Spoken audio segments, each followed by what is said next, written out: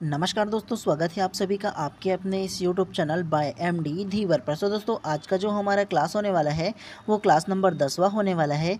और आज की क्लास का जो हमारा विषय रहने वाला है पर्यावरण। और आज की क्लास का जो हमारा टॉपिक रहने वाला है वो पर्यावरण, जिसके अंतर्गत ना हम लोग एमसीक्यू सीरीज़ करेंगे। तो सबसे पहले मैं आप लोगों को बता दूँ ना, आप लोगों का क्लास नंबर 9वां में ना मैंने आप लोगों को परिवार के बारे में ना बहुत विस्तारपूर्वक इसकी थ्योरी को बहुत अच्छे से पढ़ाया था कि परिवार क्या होता है, परिवार की परिभाषा क्या होता है, उसी प्रकार से बाल श्रम क्या होता है, उसी प्रकार से बाल विवाह क्या होता है। तमाम चीज़ों को ना आप लोगों को क्लास नंबर 9वां में पढ़ा दिया था। नहीं देखे होंगे तो पहले उसको देख लीजिए।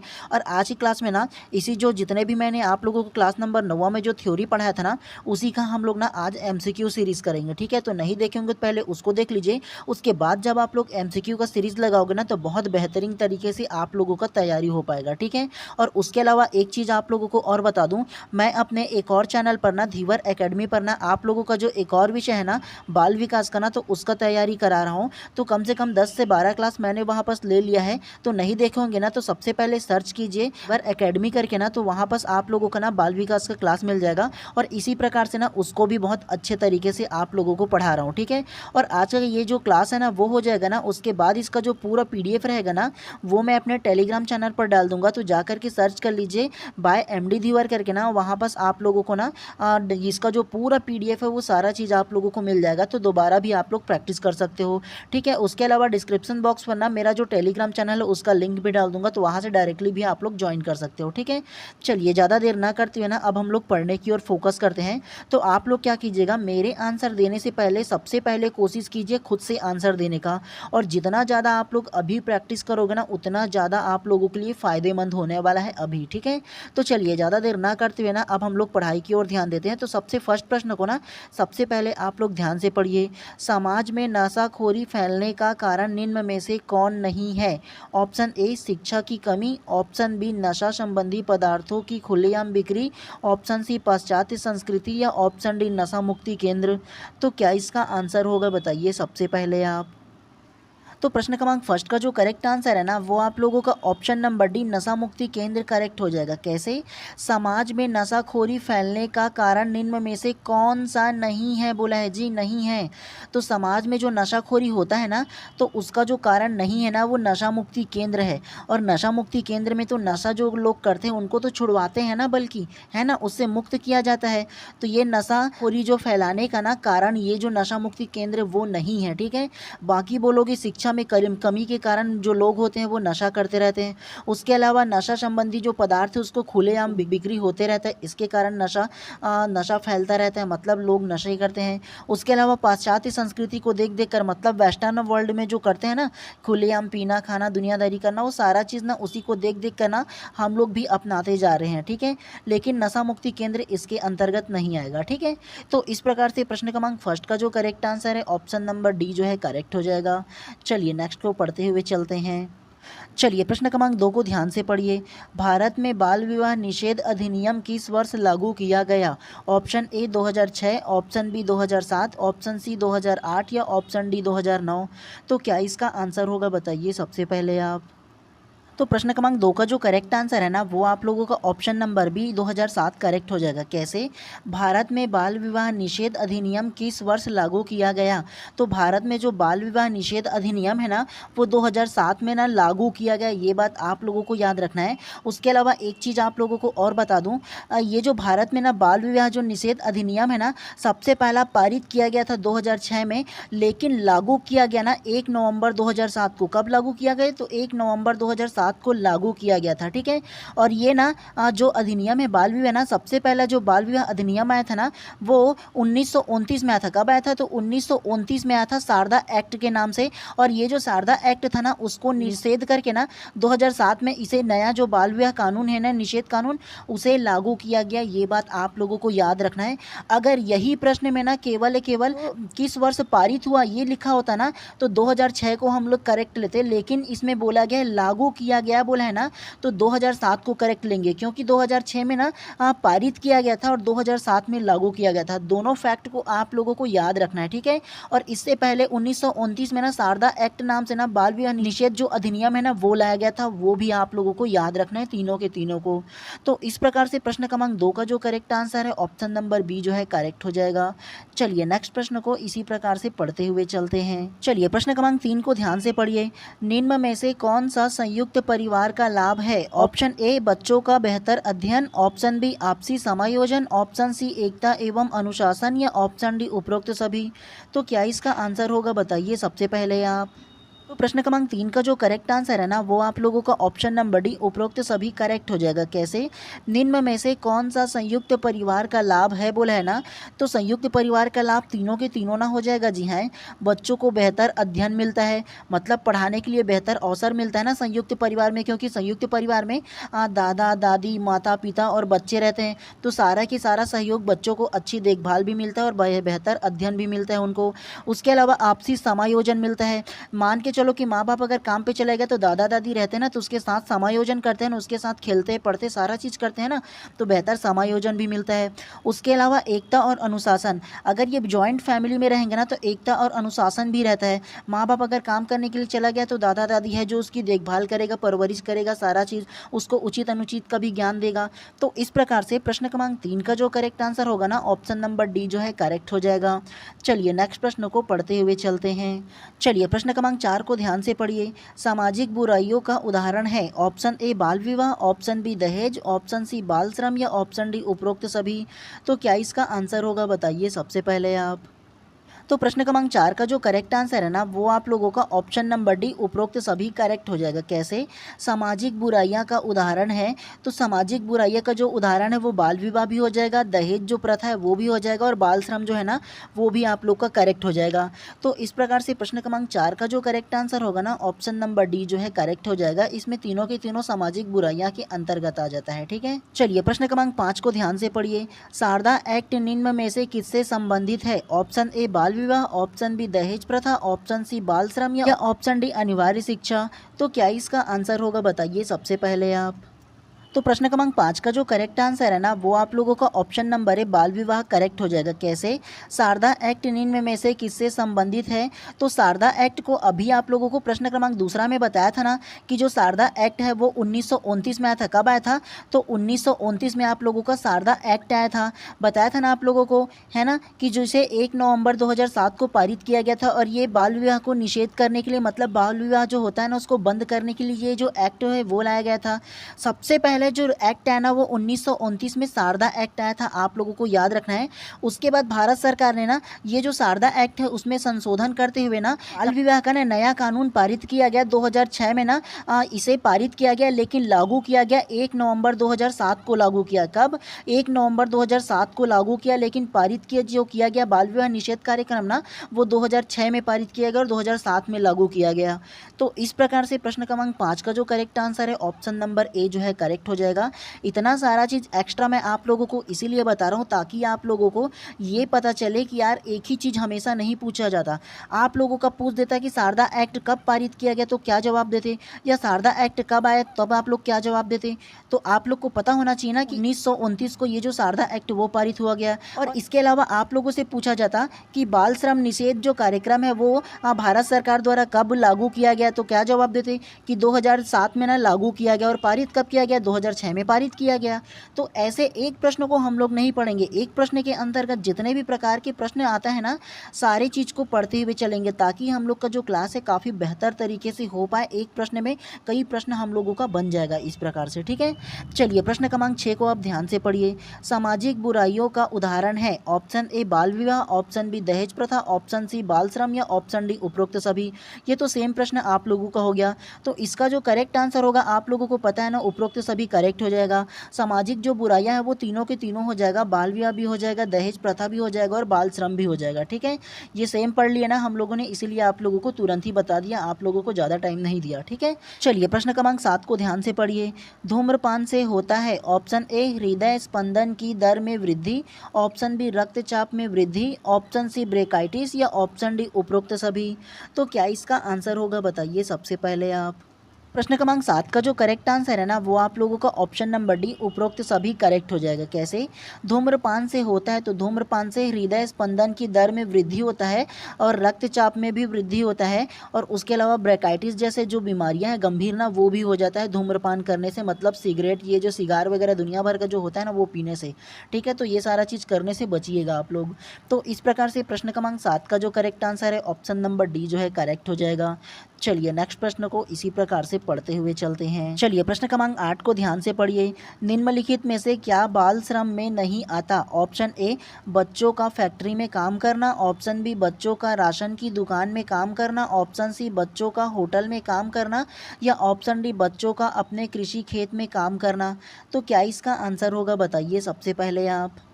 तो प्रश्न क्रमांक 8 का जो करेक्ट आंसर है ना वो आप लोगों का ऑप्शन नंबर डी करेक्ट हो जाएगा। बच्चों को अपने कृषि खेतों में काम करना करेक्ट हो जाएगा। कैसे? निम्नलिखित में से क्या बाल श्रम के अंतर्गत नहीं आता बोला है ना, तो बाल श्रम में जो गिनती नहीं होता वो ना आप लोगों का बच्चों का ना अपने कृषि खेतों में काम करना इसमें गिनती में नहीं आता है। कैसे? तो आप लोग बताइए, जो गरीब किसान जो होते हैं वो अपने बच्चों को भी अपने काम करने के लिए अपने खेतों में मदद करने के लिए खेतों में लेकर के जाते हैं ना, कुछ कुछ कर देना बेटा बोल करके।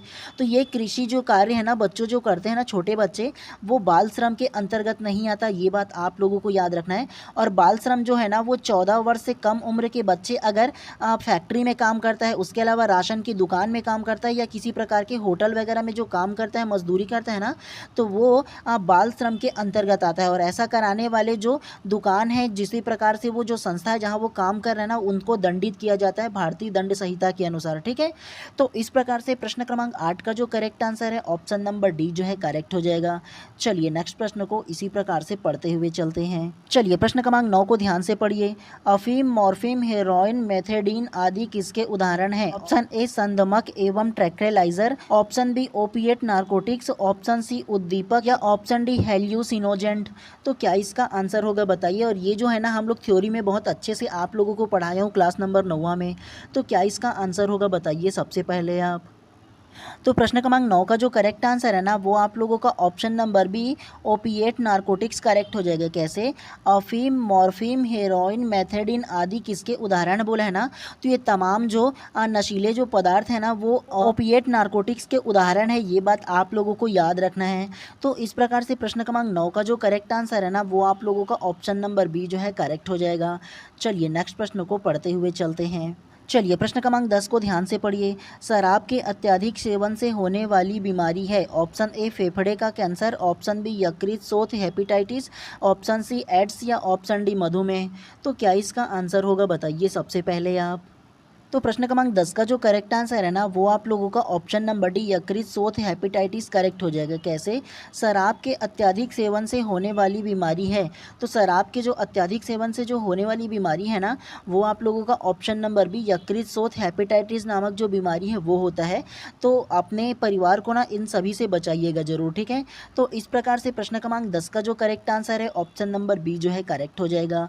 चलिए नेक्स्ट प्रश्न को इसी प्रकार से पढ़ते हुए चलते हैं।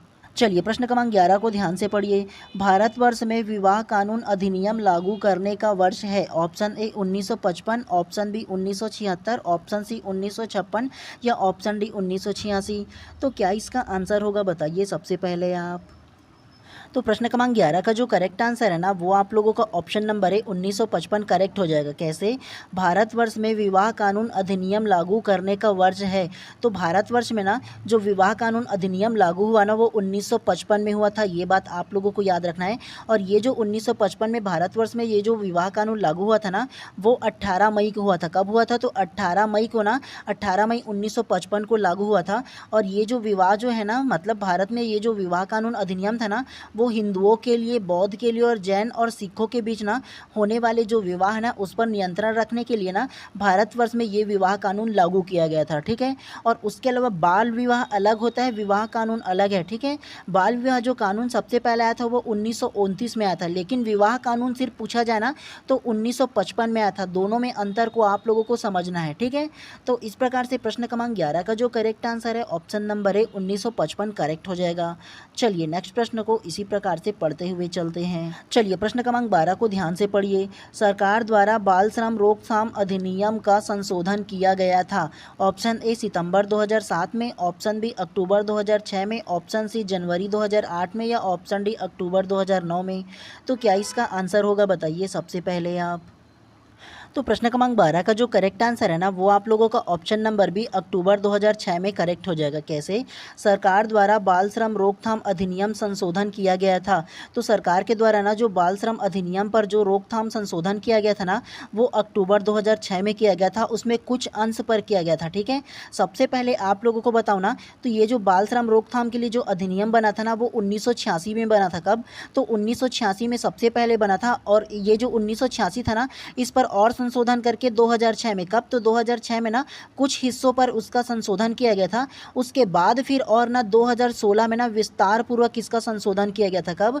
तो 2016 में ना इसका विस्तार पूर्वक संशोधन किया गया था। सबसे पहले 1986 में संशोधन किया गया था बाल श्रम को रोकथाम के लिए।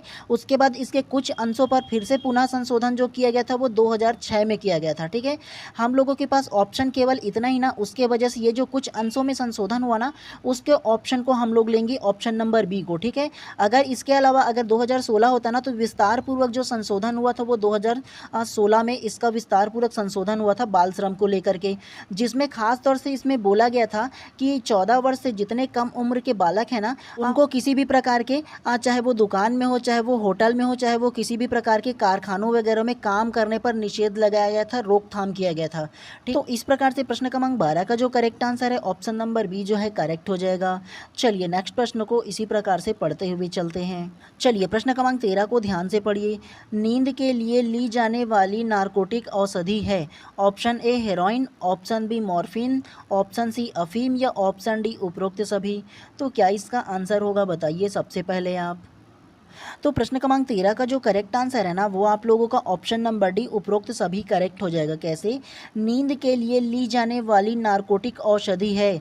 तो नींद के लिए जो नारकोटिक औषधि लिया जाता है ना, मतलब सोने के लिए नींद की गोली कई लोग लेते हैं ना, उसमें नारकोटिक औषधि मिला होता है, मतलब नारकोटिक्स मिला होता है, जैसे हीरोइन, जैसे मॉर्फिन और जैसे अफीम। इसके कुछ कुछ अंश उसमें मिला होता है जिसकी वजह से नींद आता है। ठीक है, तो इस प्रकार से प्रश्न क्रमांक 13 का जो करेक्ट आंसर है ऑप्शन नंबर डी जो है करेक्ट हो जाएगा। और आप लोगों को इसमें से किसी भी प्रकार की कुछ करने की आवश्यकता नहीं है, अच्छे इंसान बनिए आप लोग। ठीक है, पढ़ने और लिखने पर ध्यान दीजिए अभी। चलिए नेक्स्ट प्रश्न को फिर से पढ़ते हुए चलते हैं। चलिए प्रश्न क्रमांक 14 को ध्यान से पढ़िए। किसी कारखाने में कार्य करने के लिए खाली स्थान से कम उम्र के बच्चे को नियुक्त नहीं किया जा सकता। ऑप्शन ए 14 वर्ष, ऑप्शन बी 20 वर्ष, ऑप्शन सी 15 वर्ष या ऑप्शन डी 18 वर्ष। तो क्या इसका आंसर होगा बताइए सबसे पहले आप। तो प्रश्न क्रमांक 14 का जो करेक्ट आंसर है ना वो आप लोगों का ऑप्शन नंबर है 14 वर्ष करेक्ट हो जाएगा। कैसे? किसी कारखाने में कार्य करने के लिए खाली स्थान से कम उम्र के बच्चों को नियुक्त नहीं किया जा सकता। मैंने आप लोगों को अभी जस्ट बताया था ना कि किसी प्रकार के कारखाना हो या किसी प्रकार की फैक्ट्री हो या किसी प्रकार का होटल वगैरह हो, 14 वर्ष से कम उम्र के बच्चों को ना इस पर कार्य नहीं कराया जा सकता। और अगर कराया जाता ना तो भारतीय न्याय संहिता के तहत उसको दंड दिया जाता है। और आप लोगों को थोड़ा सा इससे विस्तार पूर्वक थोड़े से बताऊं ना तो भारतीय संविधान के अनुच्छेद 24, कौन सा अनुच्छेद 24 में ना ये साफ साफ कहा गया है कि 14 वर्ष से कम उम्र के किसी भी बच्चे को ना कारखाने, खदान या किसी अन्य खतरनाक कार्यों में लगाया नहीं जा सकता है। ठीक है, ये कहा गया है 1986 में जो बाल श्रम निषेध जो कानून बना था ना उसके तहत ये सारा चीज लागू किया गया है। ठीक है, 1986 में बच्चों को किसी भी प्रकार की जोखिम भरा कार्य पे नहीं लगाया जा सकता। ये 1986 में एक अधिनियम बना था, इसके अनुसार ये कहा गया था। ठीक है, तो इस प्रकार से प्रश्न क्रमांक 14 का जो करेक्ट आंसर है ना ऑप्शन नंबर ए जो है करेक्ट हो जाएगा। चलिए इसी प्रकार से नेक्स्ट प्रश्न को पढ़ते हुए चलते हैं। जितना फैक्ट मैं बता रहा हूँ ना आप लोगों को ना याद रखना है। ठीक है, और चाहो ना तो जो जो इसमें डाटा जो दिया है ना उसे आप लोग अपना शॉर्ट नोट्स में नोट करते हुए चलिएगा, ताकि आप लोग ना एग्जाम से कुछ दिन पहले रिविजन कर पाओ, क्योंकि आप लोगों के टॉपिक में ये सारा चीज़ है, तो इसीलिए मैं बता रहा हूँ। ठीक है, चलिए प्रश्न क्रमांक 15 को ध्यान से पढ़िए। व्यक्तिगत पारिवारिक प्रणाली के तेजी से बढ़ने का कारण है। ऑप्शन ए पाश्चात्यीकरण, ऑप्शन बी स्वतंत्र लाइफस्टाइल की कल्पना, ऑप्शन सी जनसंख्या विस्फोट एवं मुद्रास्फीति या ऑप्शन डी ए और बी दोनों। तो क्या इसका आंसर होगा बताइए सबसे पहले आप। तो प्रश्न क्रमांक 15 का जो करेक्ट आंसर है ना वो आप लोगों का option number D A B दोनों करेक्ट हो जाएगा। कैसे? व्यक्तिगत परिवार प्रणाली के तेजी से बढ़ने का कारण है। तो व्यक्तिगत जो परिवार प्रणाली है ना उसका तेजी से बढ़ने का जो कारण है वो पाश्चात्यीकरण है और उसके अलावा स्वतंत्र लाइफस्टाइल की कल्पना करना। मतलब हम लोग ना अभी दिखावे की ज़िंदगी ज़्यादा जीना पसंद करते हैं, अभी को जो बच्चे हैं वो है ना। तो इस प्रकार से प्रश्न क्रमांक 15 का जो करेक्ट आंसर होगा ना ऑप्शन नंबर डी जो है करेक्ट हो जाएगा। चलिए नेक्स्ट प्रश्न को इसी प्रकार से पढ़ते हुए चलते हैं। चलिए प्रश्न क्रमांक 16 को ध्यान से पढ़िए। भारत में लड़के व लड़कियों के विवाह के लिए सबसे कम उम्र है। ऑप्शन ए 18 वर्ष व 21 वर्ष, ऑप्शन बी 21 वर्ष 18 वर्ष, ऑप्शन सी 18 वर्ष 18 वर्ष या ऑप्शन डी 18 वर्ष 16 वर्ष। तो क्या इसका आंसर होगा बताइए सबसे पहले आप। तो प्रश्न क्रमांक 16 का जो करेक्ट आंसर है ना वो आप लोगों का ऑप्शन नंबर बी 18 वर्ष 21 वर्ष करेक्ट हो जाएगा। कैसे? भारत में लड़के व लड़की के विवाह के लिए सबसे कम उम्र है। तो सबसे पहला लड़का का नाम लिया है ना, तो लड़का का नाम पे ऑप्शन में भी 21 वर्ष आएगा ना जी, शुरुआती में है। और हम लोग की ये मानसिकता होती है कि लड़कियों की 18 लड़कों के 21, तो ये ऑप्शन को हम लोग देखते हैं, हाँ ये 18 21 से मार दो। प्रश्न को अच्छे से हम लोग पढ़ते नहीं हैं, ठीक है। लेकिन सबसे पहला आप लोग कोशिश कीजिए प्रश्न को अच्छे से पढ़िए बोल करके। कैसे? तो क्या बोला है, सबसे पहले लड़के का नाम है ना, तो लड़के का नाम है, इसका मतलब यह है कि लड़के की शादी के लिए आयु कितना है, कम से कम होना चाहिए कि 21 वर्ष। उसके बाद लड़कियों का पूछा है तो लड़कियों का कितना होना चाहिए, 18 वर्ष। तो ऐसे आप लोगों को लेना है, ठीक है। और हम लोग की मानसिकता होती है, अधिकतर हम लोग ये याद रखते हैं ना कि हाँ लड़कियों का 18 21 तो मतलब 18 और 21 देखते हैं और मार देते हैं। ऐसा आप लोगों को नहीं करना है, ठीक है। तो इस प्रकार से प्रश्न क्रमांक 16 का जो करेक्ट आंसर है ऑप्शन नंबर बी जो है करेक्ट हो जाएगा।